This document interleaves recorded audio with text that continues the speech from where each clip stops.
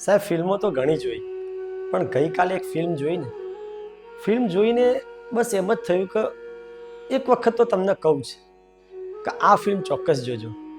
Gujarati film Lalo. Lalo જો આ હે ને ડામો કુંડ તમારો ને આ ગિરનાર હિમાલય કરતા જૂનો ને આમ હે ને ઉપર પીપળો હે પ્રાચીન. હમણાંથી ગુજરાતી ફિલ્મો બહુ બેસ્ટ બની રહી છે અને એવું નથી કે આ કોઈ પ્રમોશનલ વિડીયો માટે કે કંઈ એના માટે, કારણ કે ફિલ્મો ઘણી જોઉં છું પણ ક્યારેક કહ્યું નથી તમને કે આ ફિલ્મ જોજો. પણ આ વખતે અંદરથી બસ એવી ઈચ્છા થઈ કે ગુજરાતી ફિલ્મ લાલો તમે ચોક્કસ જોજો. ગુજરાતી ફિલ્મો ઘણી સારી આવે છે, જનરલી કોમેડી એનો બેઝ હોય છે, પણ આ મુદ્દા પર સાહસ કરવું ને અત્યારના સમયે અંકિતભાઈ સાખિયા તમારો ખૂબ ખૂબ આભાર આ ફિલ્મ બનાવવા માટે. એક દિવ્ય જર્ની પર, દિવ્ય સફર પર આ ફિલ્મ આપણને લઈ જાય છે. પ્રભુ તમે ક્યાંથી આવ્યા? હું તો અહીંયા ખાલી ગાયોનું ધ્યાન રાખવા આવ્યો. ભગવાન કૃષ્ણ સાથેની મિત્રતા શું છે?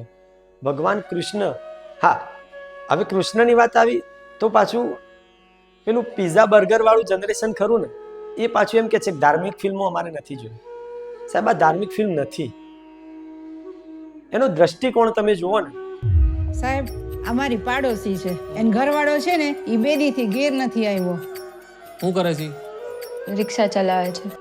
એક સામાન્ય વ્યક્તિની વાત જ્યારે એકલો પડી જાય છે ને વ્યક્તિ, એમાં એક ડાયલોગ આવે છે કે ભગવાન મારે કોઈ ભાઈબંધ નથી, તમે મારા ભાઈબંધ બનશો. પ્રભુ એને મારા કોઈ ભાઈબંધ નથી, પ્રભુ તમે મારા ભાઈબંધ બનશો. એ જે રજૂઆત કરી છે ને, અને એકલા સામાન્ય વ્યક્તિના આંખોમાં નહીં, ભગવાન કૃષ્ણના ભગવાન પણ મજબૂર છે.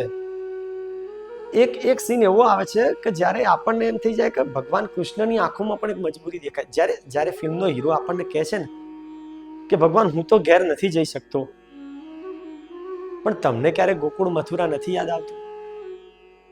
ત્યારે ભગવાન એમ કહે છે કે મારે જવું છે પણ હું જઈ નથી શકતો,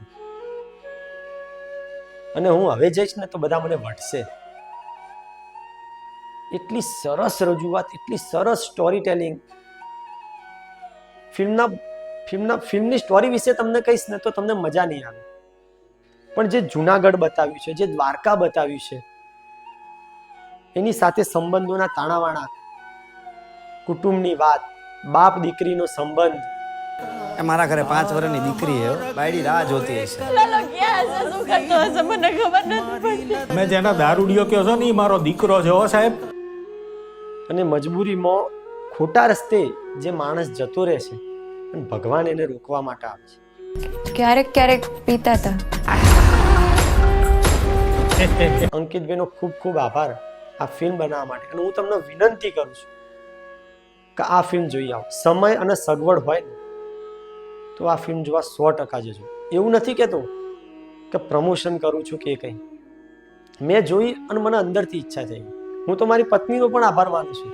અમે જોવા જવાના હતા બાહુબલી. એવું નથી કહેતો બાહુબલી ફિલ્મ સારી નહીં હોય, એ પણ સારી જ છે, પણ આ ફિલ્મ કદાચ બાહુબલી જોઈ હોત ને તો ફરીથી થિયેટરમાં આ ફિલ્મ જોવા તરત ના જોતું.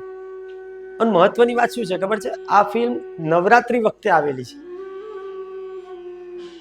પણ કોણ જાણે કેમ ખ્યાલ નહીં હોય કે ફિલ્મ આવી, એનો બેઝ શું છે, શેના પર છે. પણ હવે ધીરે ધીરે લોકો સુધી પહોંચી છે. ગઈકાલે જ લગભગ કઈ પોસ્ટ ઉપર મેં જોયું હતું કે સુરતમાં 2 વાગે રાત્રના 2 વાગ્યાનો શો પણ હાઉસફુલ. તમે સમજી શકો છો ફિલ્મ શું હશે. આ ફિલ્મ જોયા પછી એન્ડમાં જ્યારે બહાર નીકળીએ છીએ ને ત્યારે 2 સવાલ ચોક્કસ થાય છે. એક કે ભગવાન ક્યાં છે તું, મારે તને મળવું છે. અને બીજો સવાલ, અંકિતભાઈ 3 કલાક ઓછા પડ્યા હો અમને. એકવાર જજો. જય શ્રી કૃષ્ણ.